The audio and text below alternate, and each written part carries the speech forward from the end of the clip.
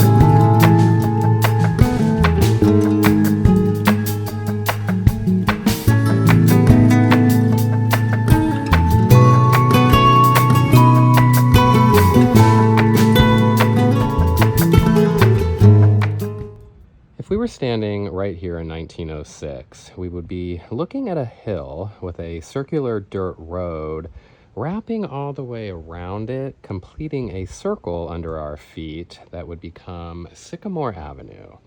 And the land was owned by Harrison Otis, a Civil War Army officer who later got into the newspaper business, where he was the general manager of the company that would publish the LA Times. The only thing he put on his land here was a small little, well, it was almost like a gazebo, a little shack, if you will, where he could come up and enjoy the view of, well, what would eventually become a town run by the entertainment industry. Eventually, Hobart Whitley owned the land. He's the namesake of nearby Whitley Heights, a man who owned a lot of land in Hollywood. He had huge plans for the town, an extensive beautification project laid out, and he had no plans of selling any of his land until two brothers approached him in 1911 wanting to purchase this 12-acre hill. Whitley was reluctant until he heard what the brothers planned to do with it, and he felt as if it could help his own beautification of the Hollywood Hills. So, in 1911, he sold it to the two German-born Jewish brothers, Adolf and Eugene Bernheimer. Now, if you think that's an odd combo, so did some of the people who lived nearby here. People were very skeptical of the brothers for many reasons over the years, and it began as soon as they moved in. The brothers were born a year apart, and they grew up as close as could be. They were in the cotton and silk business, basically selling it to foreign countries who would then manufacture from it. They made a lot of money, and at one point there was even a lot of speculation that LA was going to become a major center for cotton production. But anyway, amongst their travels, they accumulated a sizable and very valuable collection of Asian-themed, well, art, paintings and pieces, fabrics, furniture, decor, and they wanted to build a large house that could accommodate all of it. So they hired an architect out of New York and a reported 100 men from Japan to come over and begin building their dream home. And nobody knows why the New York-based brothers chose LA. I mean, those of us who love it and feel connected to it know why they chose it, but they never formally stated a reason, even though the evolution of their house was tracked by the press until its completion in 1914. It was a big story because, well, it was a big house, prominently displayed atop a hill for the entire city to see, and it was inspired by a temple that the brothers loved in the mountains of Japan, specifically an area named Yamashiro, which in Japanese means mountain palace. Therefore, their newly completed home here in Hollywood would be called Yamashiro.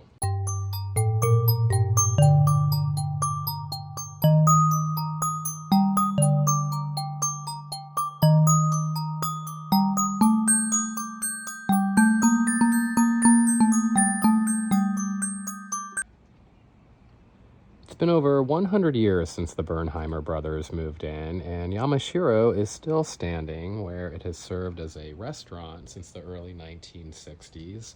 But when the brothers first built it, they had a gate right here, and this little building in front of us was their garage. This was their driveway, and like Sycamore Avenue below it, the driveway too wrapped all the way around the house, completing a circle.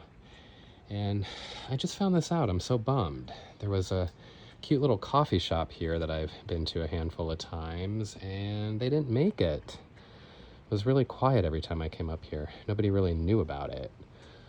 Ooh, which I guess was the problem. But over here, we can see a lot of Hollywood Heights, the houses we've seen on this tour. And if you look close, we can see the Hollywood sign. And this gate here, it leads to the two additions that have been made to the property since it was built. We'll see them in a second. But first, I want to talk about a bittersweet change to this place that I miss so much, but I also kind of love the reason behind it, so it's kind of a conundrum. But now when you come here, you pull your car over to the right and you drive through that lot where valet takes your car, and you enter the restaurant over on the other side, which we'll get to. It's been this way for about 10 years now, but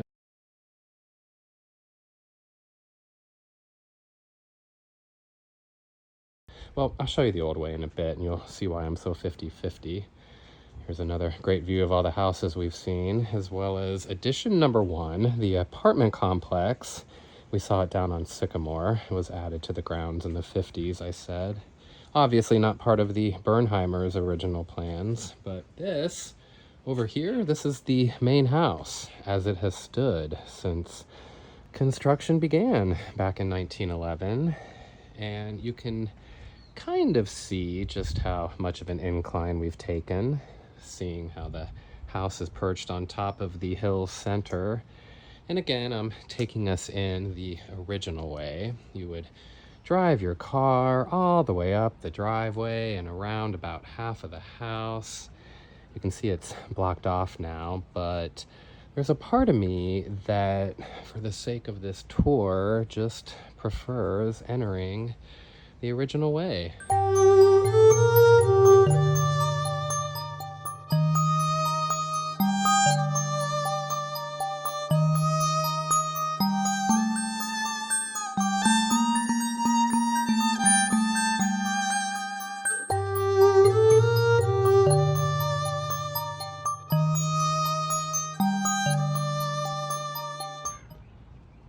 That second addition made over here on the east side of the property is now the Hollywood Hills Hotel, that renovated boutique we got a peek of down on Sycamore. That's, I want to say, 15 rooms maybe. There's the rest of the apartment complex. And since they were both added in the 50s, they've gone back and forth being apartments, then hotels. In fact, this entire property has. And in addition to Richard Pryor supposedly living on the property at one point, local news legend Jerry Dunphy once called an apartment home. Now anyone can stay in the hotel and spend a quiet night under the Mountain Palace.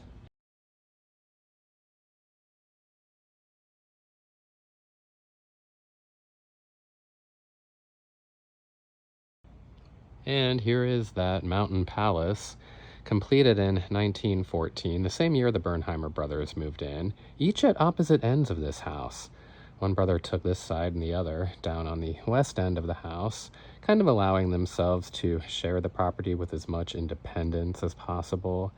And there was, well, it was a rumor, nothing confirmed, but supposedly they had a no woman rule in their house.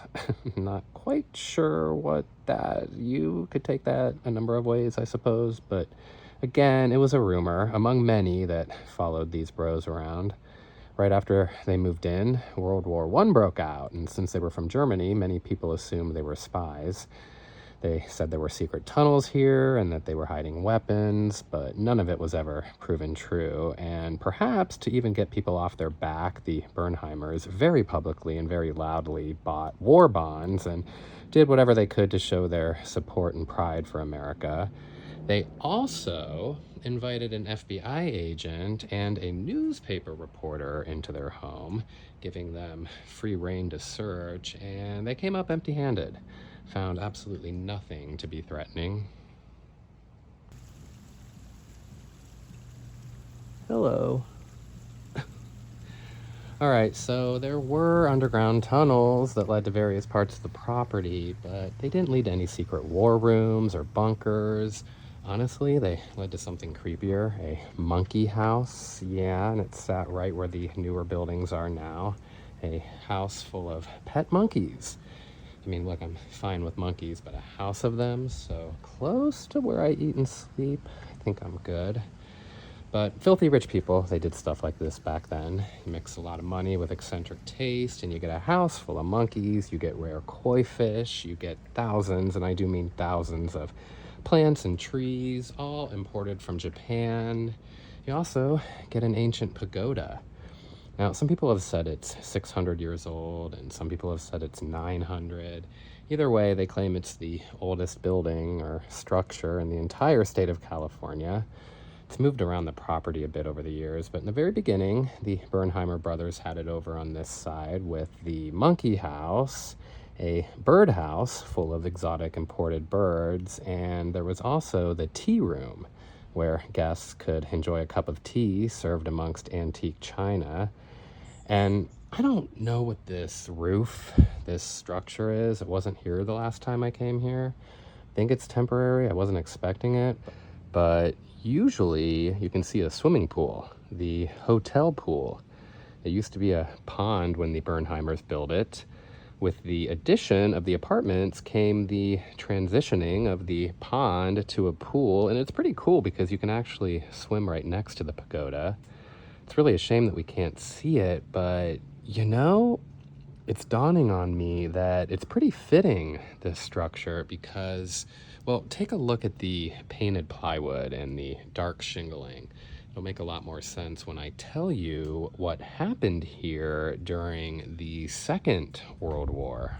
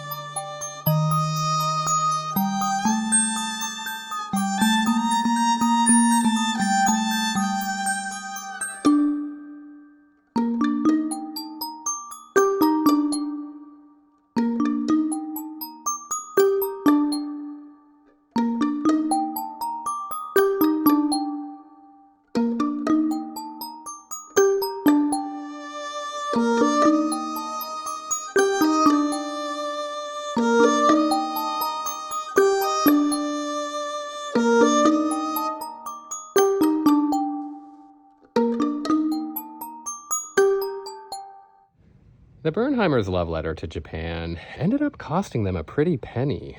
A reported $2 million was the price tag once this was all said and done. Just an astronomical sum back then. They called it home for close to a decade, too, and their house was famous, but they weren't really. They managed to keep a pretty low profile.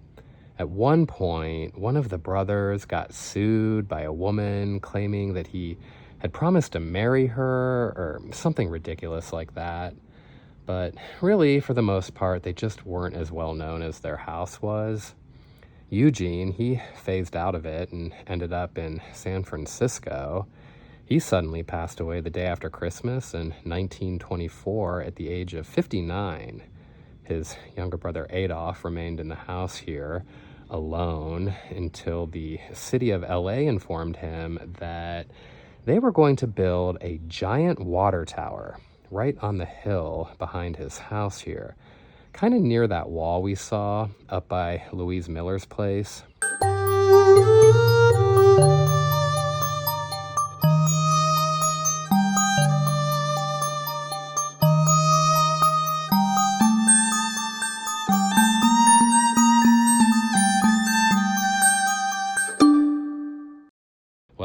he just refused to live underneath such an ugly eyesore, and he sold Yamashiro in 1924, the same year that his brother Eugene died.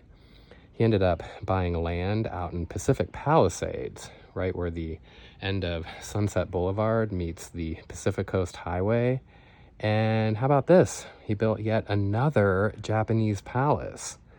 That too had incredible exotic gardens and grounds. It wasn't nearly as big as his home here was, but he lived there for 20 years, passing away in it at the age of 77 in 1944. Unfortunately, though, that house doesn't exist anymore because it actually crumbled and slid right into the ocean.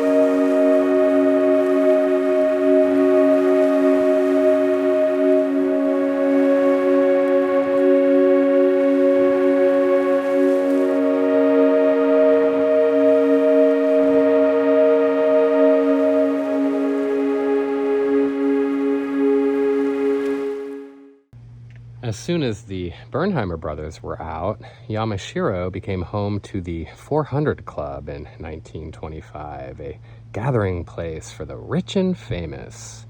A man named Frank Elliott was the founder. I think he acted, maybe wrote and directed. He was a founder along with all the big guys, Charlie Chaplin, Buster Keaton, DeMille, and Jack Warner, to name a small few. The club was a place for the biggest and best of Hollywood, people at the very top of the food chain. Rudolph Valentino eventually joined, Gloria Swanson, the Talmadge sisters, the Warner brothers, Louis B. Mayer, Samuel Goldwyn, me, the big ones, you know. But they weren't big enough to keep it going. It only lasted about a year, primarily because of internal power struggles. And not only that, but Hollywood was growing and evolving at a rapid pace, and clubs and organizations, they were just popping up all over town.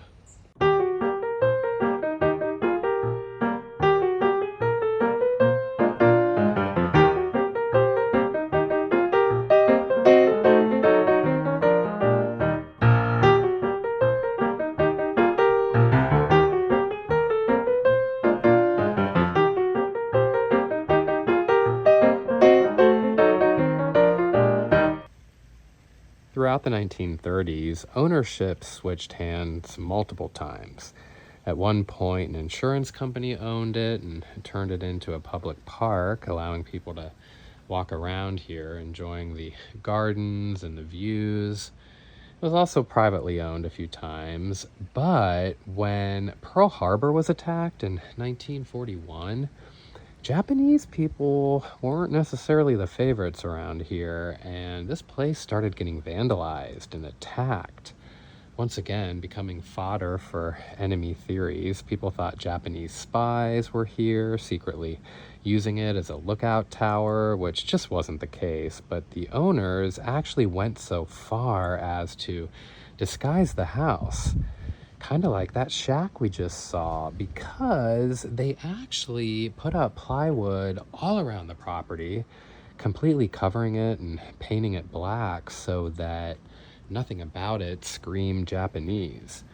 Lots of trees were put in to block people from seeing the property. They kept everything as covered and hidden as possible.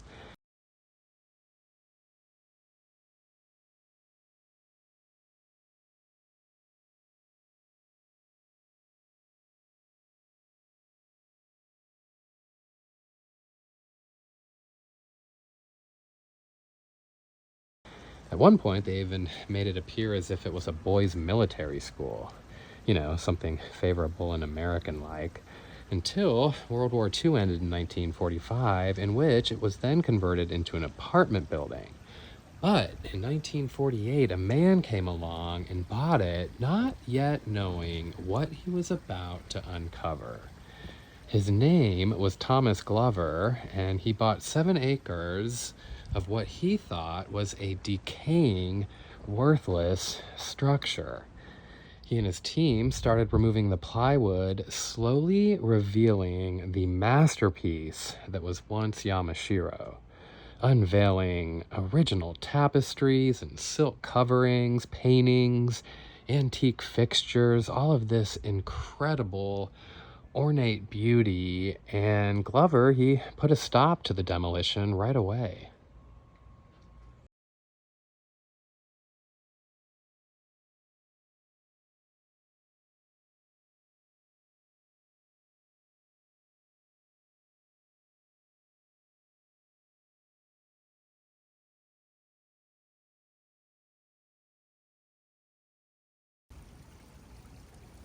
Instead, Mr. Glover started restoring the entire property back to its original look.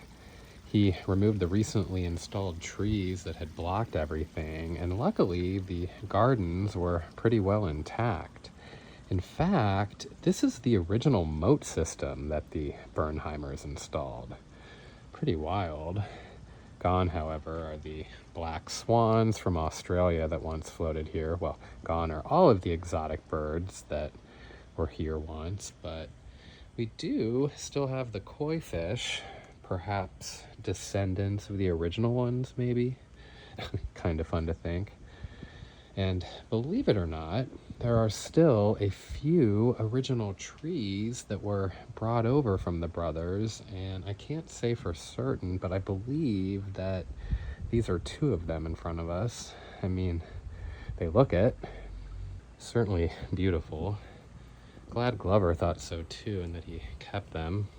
His changes were pretty minimal. His plans now were to convert Yamashiro into a hotel with apartment units, but keeping it all within the Asian theme.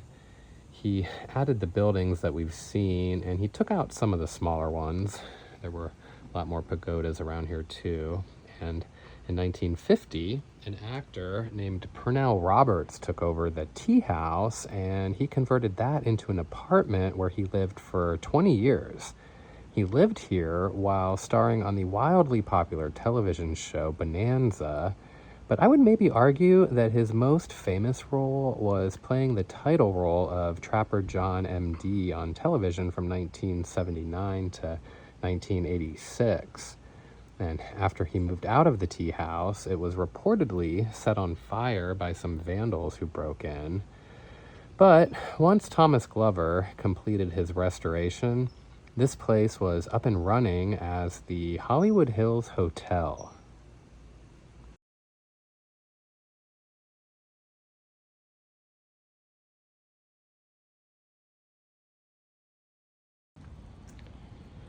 Remember when we were down on Sycamore across from the crowded house and I told you to remember the shiny gold roof?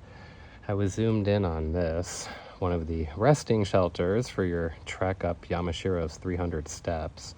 There's a golden Buddha sitting under it these days, and I think there is or was a hookah lounge down there. Something way more recent because it was a pretty low-key hotel and place to live from 1948 to 1960 until Glover's namesake son Tom took over and started managing the property. Another Tom Glover. And there was a small cocktail club in the back of the house where he began serving hors d'oeuvres, and apparently the guests just couldn't get enough. They loved the views and the ambiance so much that it turned into a 4-table restaurant that slowly just kept multiplying and expanding until Tom decided to do away with the hotel aspect and turn it into a full-scale restaurant, transforming it into the restaurant that we know today. And she reclaimed her old name. Yamashiro was back.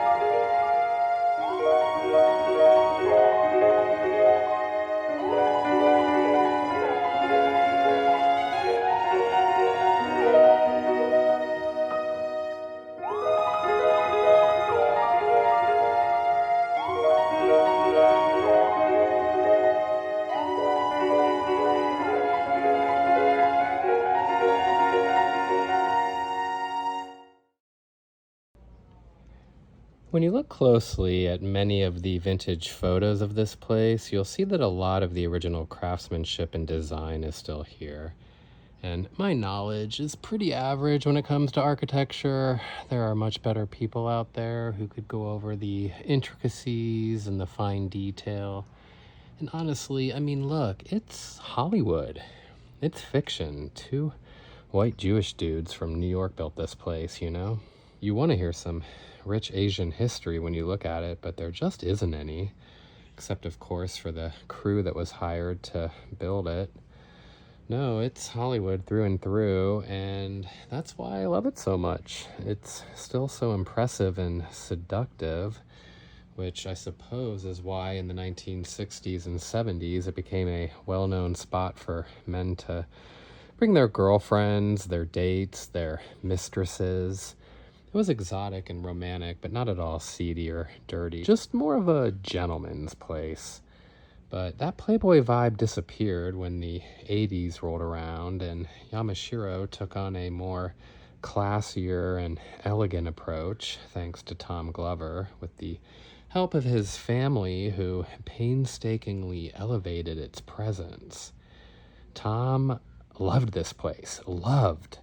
I mean, he watched his father eat and breathe and sleep Yamashiro, so it's no surprise that it was woven into the fabric of his soul as well, which makes it even sadder that some of his family and siblings weren't all on the same page and didn't share his passion for Yamashiro, because in 2016 he was forced into a sale.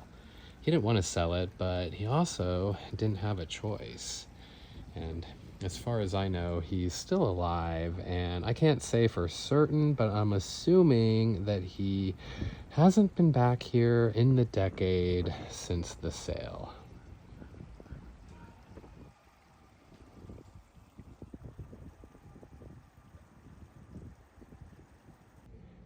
There was a lot of uproar and a lot of press surrounding the sale of Yamashiro in 2016, but I have to say they've done a pretty incredible job of preserving and keeping this masterpiece of a place in true form. However, here's what I was saying that I miss about the old way of arriving here. We're standing in that part of the driveway that becomes blocked off. This used to be the driveway. You would drive in and you would completely wrap around to the front of the entire house, getting to see that and the amazing views all at once. And I don't know, there was just something so LA and cool about it. And then you would stop at valet, which opened your door right here in front of Yamashiro's doors.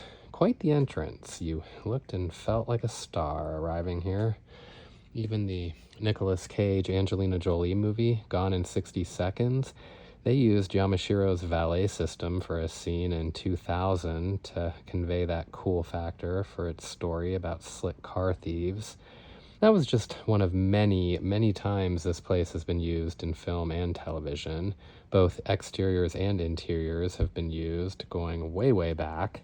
In 1936, a horror movie called Revolt of the Zombies filmed here. You can see the grounds throughout that whole movie. It's like supposed to take place in Cambodia too, I think. And it's supposed to be Japan here in 1957's Sayonara, starring Marlon Brando. You see a lot of Yamashiro in that movie. There was a lot of set decorating, but they didn't have to do too much. Clint Eastwood also filmed here when he was directing a forgotten film called Breezy. That came out in 1973 and starred William Holden and Kay Lenz as the title character. Then, completely switching gears, there's a TV movie called The Hunted Lady that came out in 1977, starring Donna Mills, who I love so much. She's an undercover policewoman who gets framed for a murder that she didn't commit. Ooh. You can really see Yamashiro in that because there's an entire scene that was filmed out front here. Stay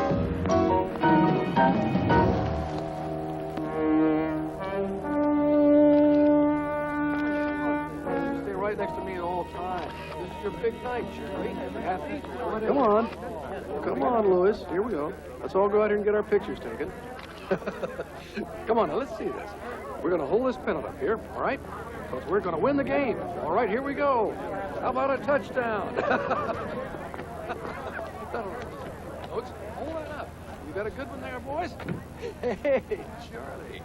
Okay, let's get some good pictures for the home. Okay? This is our football star, Charlie, and we're very proud of him. Fine, certainly. Right. Harry, move them. I'd like to see some identification. Excuse me, I want to, Hold it, mister. I'm a police officer. Will you let go of me?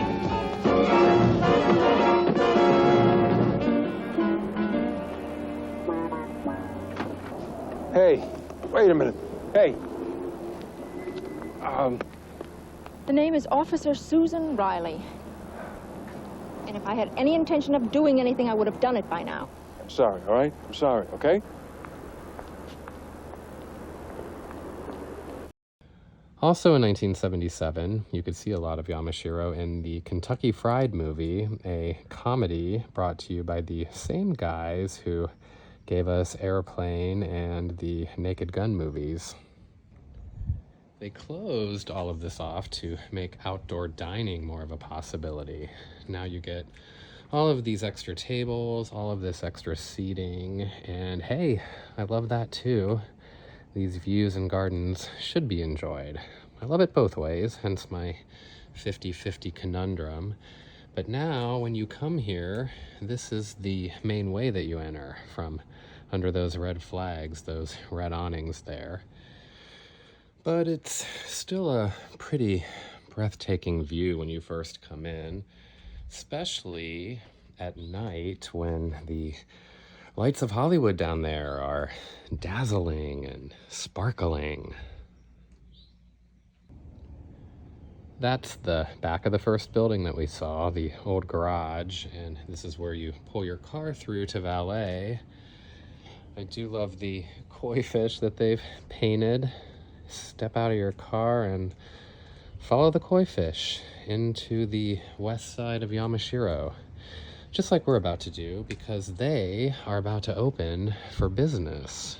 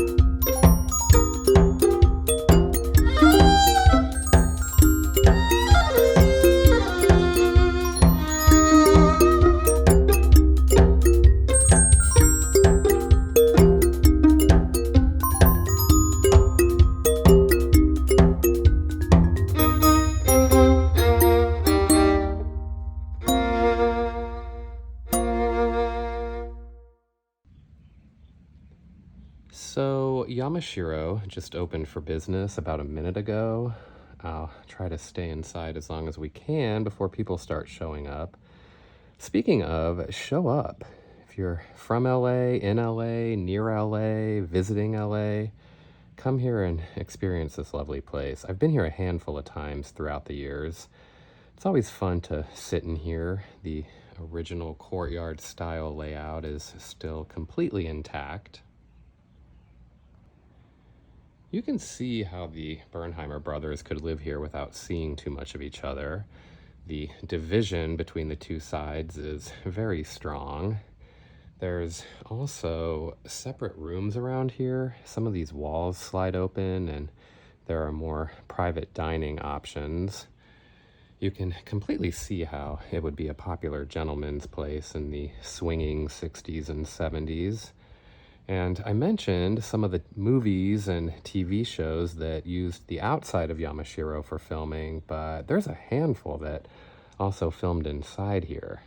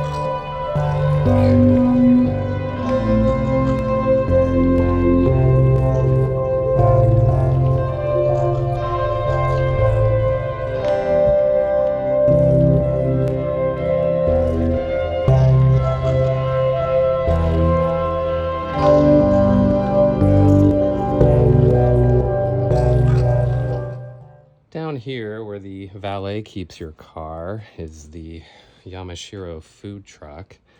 It pops up at events all around town. When you can't get to Yamashiro, Yamashiro comes to you. There's our Buddha. And like I said earlier down on Sycamore, there are 300 steps leading up to the front door. They've been closed off for years, though. But this was where you would rest on your way up. It's quite a climb. There he is. Are we supposed to bow? What are we supposed to do? Do we meditate? I think we meditate. I can't meditate. All I hear are people, hammers, birds. I'm wondering why his finger is pointing down. Also, I don't know how long he's been here. No idea how old he is. Who knows? Maybe we all just got blessed. Here's to some good luck and some city view cocktails. Now I want a cocktail. Well, we have completed our tour around Yamashiro. And if you're sad about it, I have some good news. There's a 30-minute tour given by Huell Hauser, a much-loved staple of Los Angeles reporting. He came here with a cameraman, 20 or 30 years ago. It's a really fun watch. I highly recommend you watch it next. It's on YouTube. I think it aired on PBS. You'll have a blast watching it, as I have had a blast with you. But we have to keep going because, believe it or not, Hollywood Heights still isn't over yet.